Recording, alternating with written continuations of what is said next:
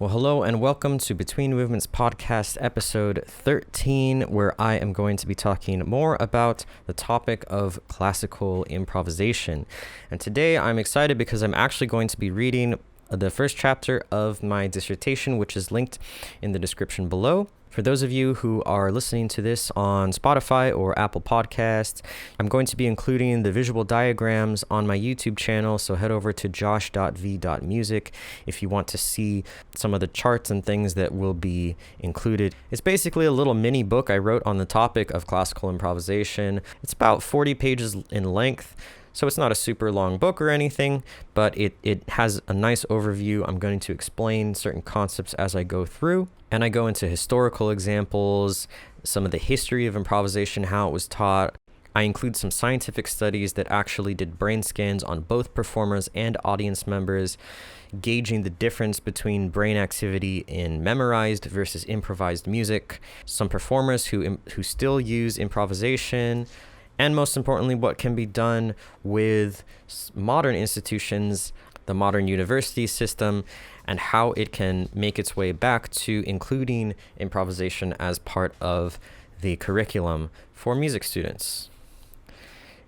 So the dissertation is entitled The Rise and Fall of Piano Improvisation in Western Classical Music Performance: Why Today's Piano Students Should Be Learning to Improvise.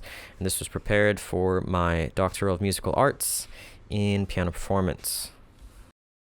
Chapter 1, The Introduction, Significance, State of Research, and Historical Overview. Part 1, Introduction. Improvisation is an art form which has arguably been present since the existence of music itself. Inventing music on the spot, like spontaneous speech, is a common expression of artistry throughout history and across musical boundaries.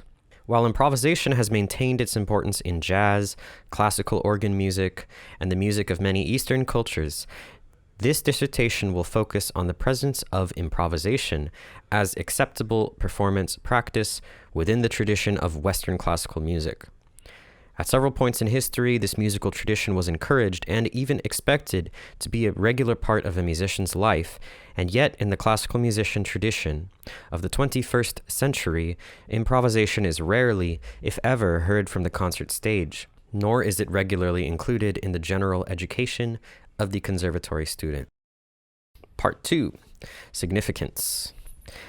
In his article, The Decline of Improvisation in Western Art Music, in Interpretation of Change, Robin Moore states that his paper confronts the puzzling fact that improvisatory performance has ceased to interest a majority of conservatory-trained musicians, despite the fact that the performers of European art music in previous centuries exhibited considerable interest in improvisation and continued to consider it an important musical skill until at least 1840.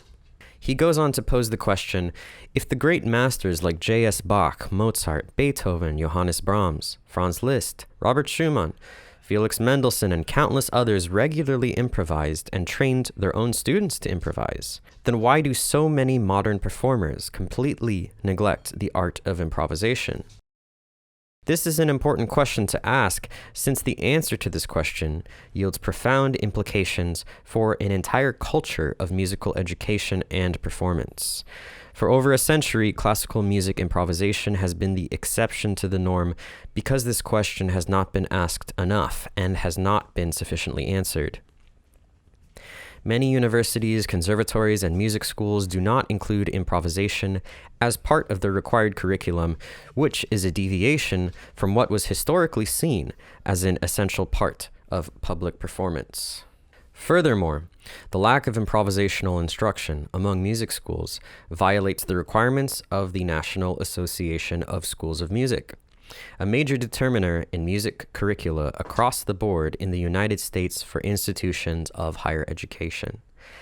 NASM is acknowledged by the Council for Higher Education Accreditation as the program supplier for degree and non-degree programs in music or related musical disciplines. Section 8B3 of their handbook for the 2018 through 2019 year states, students must acquire a rudimentary capacity to create original or derivative music. It is the prerogative of each institution to develop specific requirements regarding written, electronic, or improvisatory forms and methods. These may include, but are not limited to, the creation of original compositions or improvisations, variations or improvisations on existing materials, experimentation with various sound sources, the imitation of musical styles, and manipulating the common elements in non-traditional ways. Institutional requirements should help students gain a basic understanding of how to work freely and cogently with musical materials in various composition-based activities, particularly those most associated with the major field. The handbook clearly states that students pursuing a baccalaureate degree in music must have the basic ability to improvise and/or compose.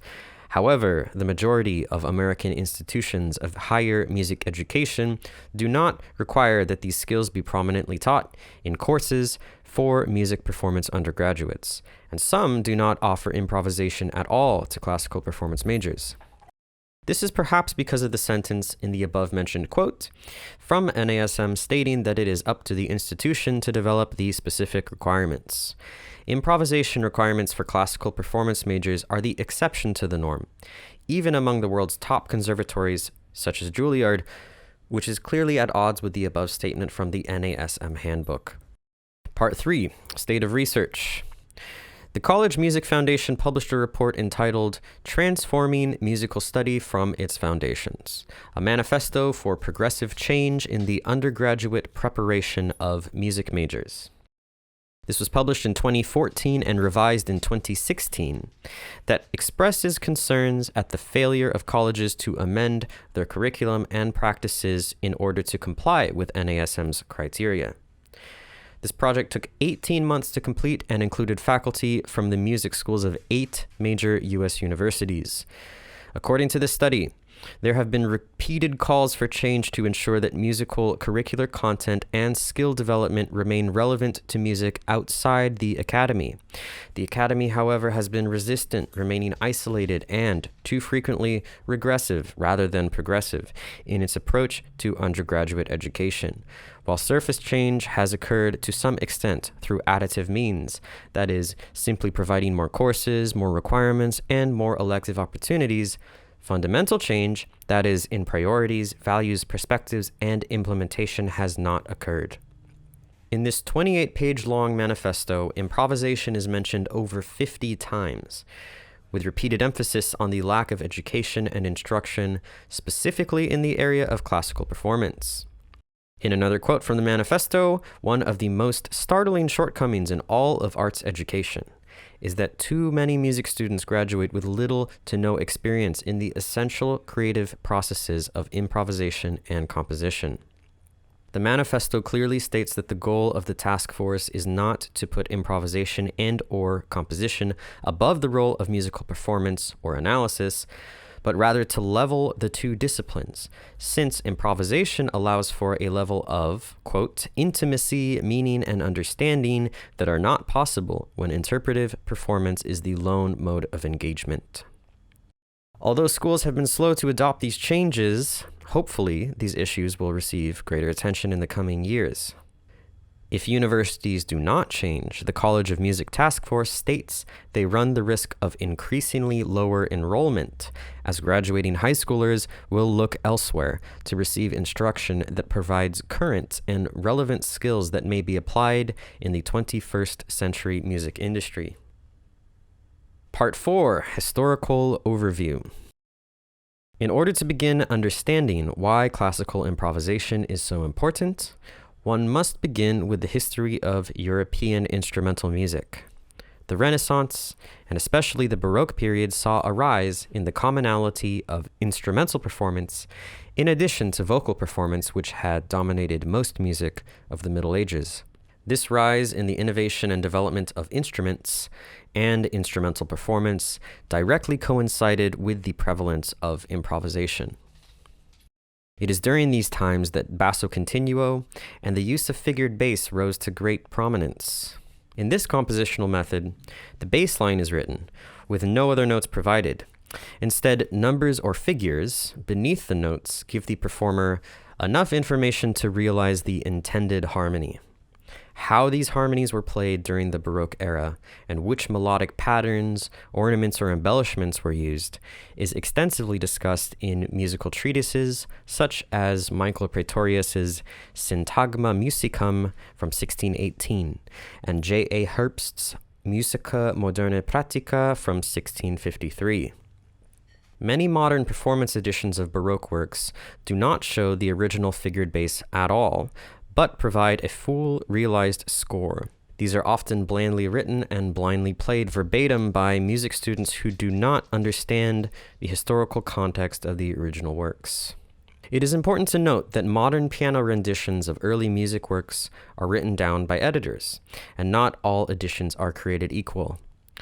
Often, the pieces are reduced from their original music scores, and this means that the editors had to make several decisions on what to include and what to leave out. In the case of Basso Continuo, the editors decide to set in stone one specific way to play these figures. In a musical culture which teaches musicians the importance of fidelity to the printed score, it is understandable why most musicians will never question what is on the page in front of them. But a score meticulously crafted by Beethoven versus a score downloaded off the internet from some unknown editor are two items not worthy of comparison, and it is important to know when it is acceptable to alter the printed work. Although Basso Continuo was not employed as prominently in the classical period as it was in the Baroque, the classical period still maintained strong ties to the art of improvisation. However, the practice was so common the word improvisation did not exist. Instead, the word Fantasien was used, which indicated that something was performed on a whim or flight of fancy, and it was assumed that a performer would add their own musical ideas throughout the composition. The fantasia, based on the word Fantasien, was a freely formed composition that often contrasted virtuosic or rhapsodic elements with more fugal elements. The word improvisation did not exist until the end of the 18th century. Therefore, the fantasias which have become part of the standard repertoire were originally improvisations, which were only later written down on paper. In regards to the fantasia, the English composer and theorist Thomas Morley wrote in 1597, "The most principal and chiefest kind of music which is made without a ditty, without lyrics, is the fancy or fantasia. That is when a musician taketh a point at his pleasure, and resteth and turneth it as he list, making either much or little of it, according as shall seem best in his own conceit. In this may more art be shown than in any other music, because the composer is tied to nothing, but that he may add, diminish, and alter at his pleasure. And this kind may bear any allowances whatsoever tolerable in other music, except changing the air and leaving the key, which in fancy may never be suffered. Other things you may use at your pleasure, as binding with discords, quick motions, slow motions, proportions, and what you list. Likewise, this kind of music is, with them who practice instruments of parts, greatest use." In the classical era, it was customary for performers to embellish melodies as well as improvise cadenzas during concerti. Two of the towering compositional figures in classical music, Wolfgang Amadeus Mozart and Ludwig van Beethoven, were both highly respected for their improvisational skills. Many Mozart cadenzas were not written down, although Beethoven became inclined to write down his cadenzas over time. For example, the first movement of his first piano concerto has 3 optional cadenzas to pick from, all written by Beethoven. It has become common musicological practice to divide the compositions of Beethoven into early, middle, and late works. The later works continue to push the boundaries of known harmonic and structural elements, and most theorists consider Beethoven's late works to have laid the foundation for what would become the Romantic era of music. This rise in complexity and movement away from a solid and predictable structure is one part of why the Romantic era began to move further away from the previous roots of improvisation.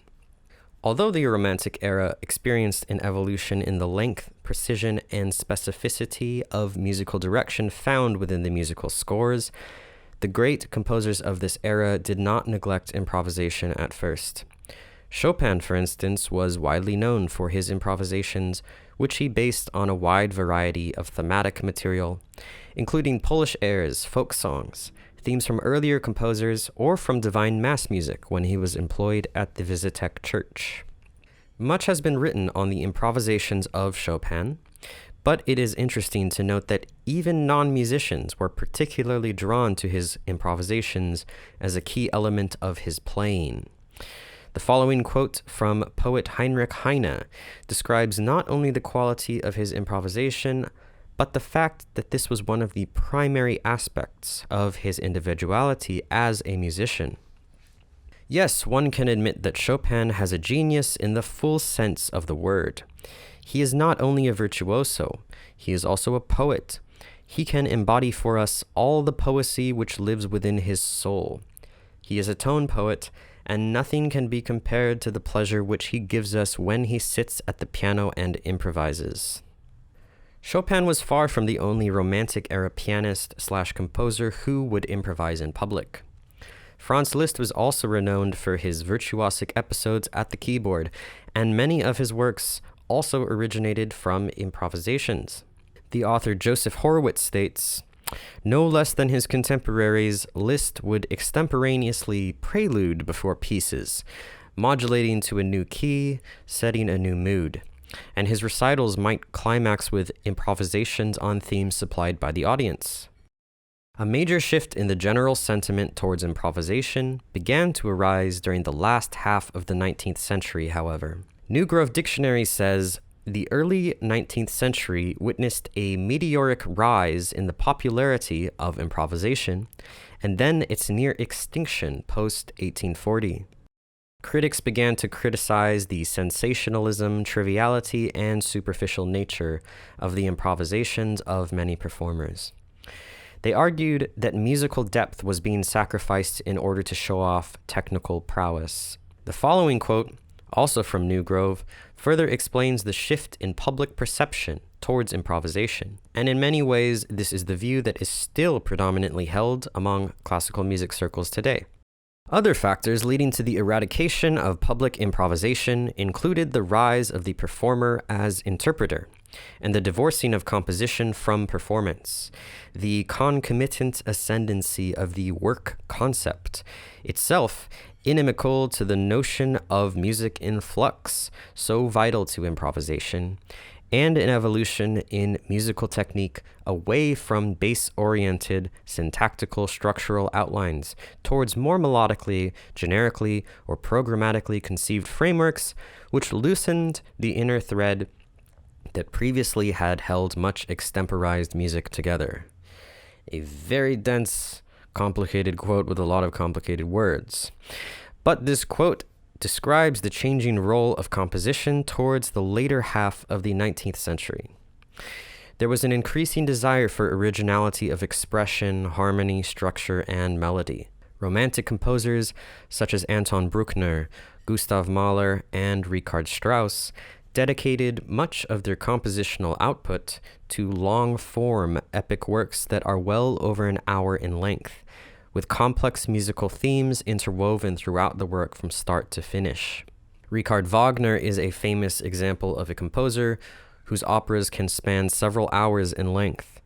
Performances of his Ring Cycle can last over 17 hours long. In such contexts of total artistic ownership by the composer, or what Wagner himself labeled as Gesamtkunstwerk, or total artwork, it is understandable why there was little or no room left for improvisation. Wagner went so far as to design the costumes, sets, and even the very theater in which his works were to be performed. There was to be no margin of error. Many of these sentiments, which arose during the Romantic era, have continued to be espoused in university education to this day.